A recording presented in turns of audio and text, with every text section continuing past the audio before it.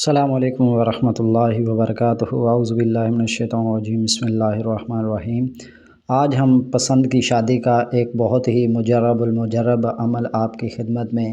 لے کے آئے ہیں۔ میری کوشش یہ ہوتی ہے کہ جو بھی میں اعمال دوں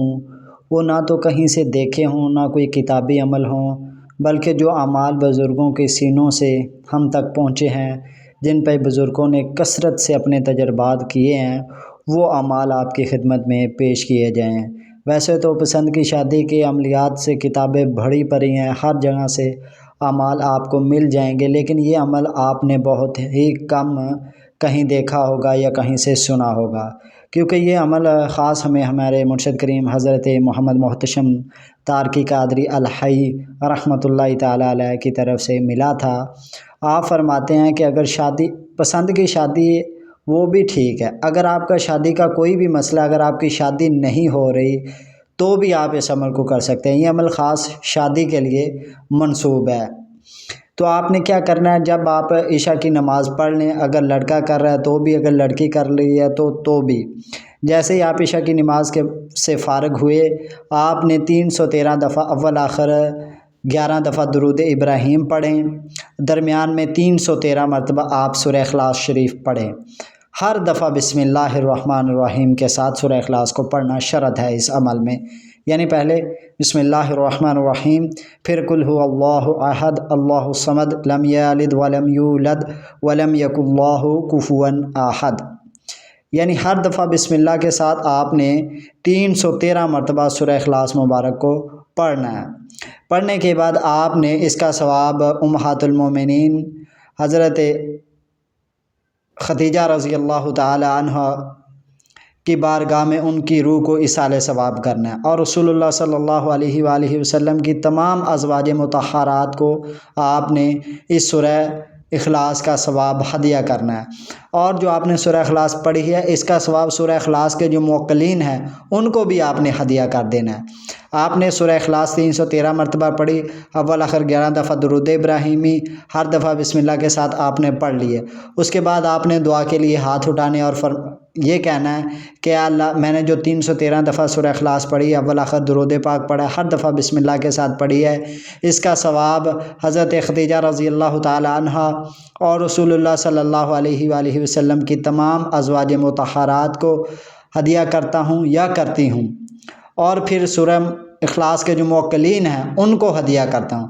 اگر آپ کسی سلسلے سے باعث ہیں، باقاعدہ آپ کسی سلسلے سے جڑے ہوئے ہیں، آپ کی نسبت کہیں جڑی ہوئی ہے، تو آپ نے اس میں اپنے مرشد کو بھی شامل کر لینا ہے۔ جیسا کہ میری نسبت بہت سارے بزرگوں سے ہے، تو میں جیسے کوئی اعمال ہدیہ کرتا ہوں تو ان سب کو لازمی اس میں شامل کرتا ہوں، جیسا کہ میں حضرت پیر نصیر الدین نصیر رحمۃ اللہ تعالیٰ علیہ کو بھی شامل کر لیتا ہوں۔ یعنی آپ کے جو بھی مرشد ہے، آپ نے ان کا بھی نام لے لینا ہے کہ میں اپنے مرشد کو بھی اس کا ثواب ہدیہ کرتا ہوں، اور رسول اللہ صلی اللہ علیہ وآلہ وسلم کی تمام ازواج مطہرات کو اس کا ثواب ہدیہ کرتا ہوں، اور سورہ اخلاص کے جو موکلین ہیں روحانی،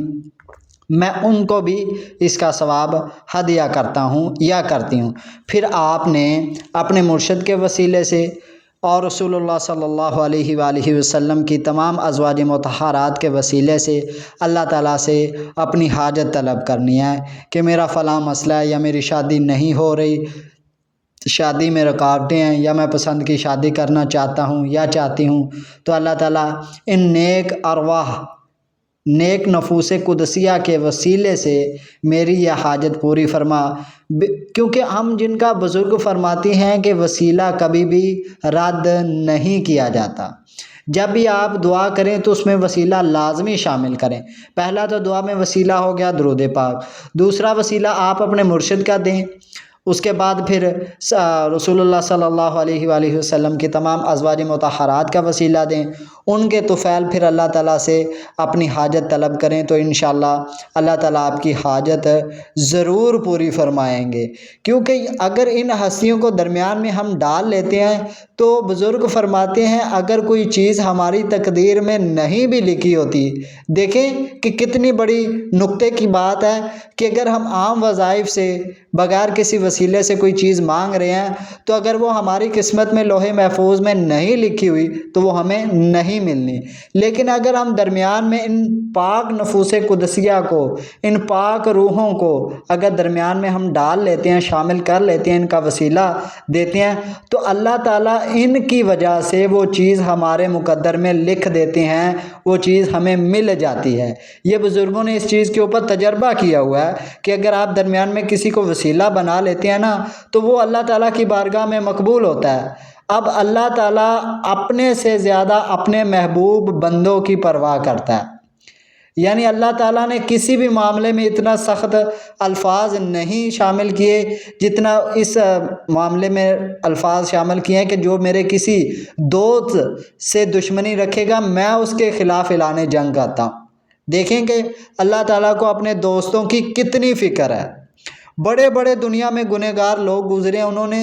گناہ کرنے کی حد پار کر دی لیکن پھر بھی اللہ تعالیٰ نے ان کو کچھ نہیں کہا، قیامت تک کے لیے ان کو ٹائم دیا. لیکن جب انہوں نے اللہ تعالیٰ کے کسی دوست کو تکلیف دی تو اللہ تعالیٰ نے پھر ان کو نہیں چھوڑا، پھر ان کو لازماً پکڑا، کیونکہ اس معاملے میں اللہ تعالیٰ بالکل بھی برداشت نہیں کرتے کہ اس کے دوست کو کوئی کانٹا بھی چبھے. وہ اللہ تعالیٰ کی طرف سے جو آزمائش ہوتی ہیں وہ تو ایک علیحدہ چیز ہے، لیکن عام بندہ، اس لیے تو حضرت سلطان الہند خواجہ معین الدین چشتی اجمیری رحمۃ اللہ علیہ فرماتے ہیں کہ جو بھی صوفیہ سے، بزرگوں سے الجھا، اللہ تعالیٰ اس کی نسلوں کو ختم کر دیتے ہیں، یعنی اس کی ہوا اکھڑ جاتی ہے. تو یہ آج کا ہمارا عمل بہت ہی لاجواب عمل ہے، بہت ہی باکمال عمل ہے. اگر آپ کی شادی نہیں ہو رہی تو بھی آپ اس عمل کو کر کے اپنی حاجت مانگے. اگر پسند کی شادی کرنا چاہتے ہیں تو بھی اس عمل کو کر کے اللہ تعالیٰ سے ان پاک نفوس قدسیہ کی توفیل اپنی حاجت طلب کریں تو انشاءاللہ تعالیٰ اللہ تعالیٰ آپ کی جائز حاجات ضرور پوری فرمائیں گے. ملتے ہیں کسی اور ویڈیو میں، تب تک کے لیے اللہ حافظ، فی امان اللہ.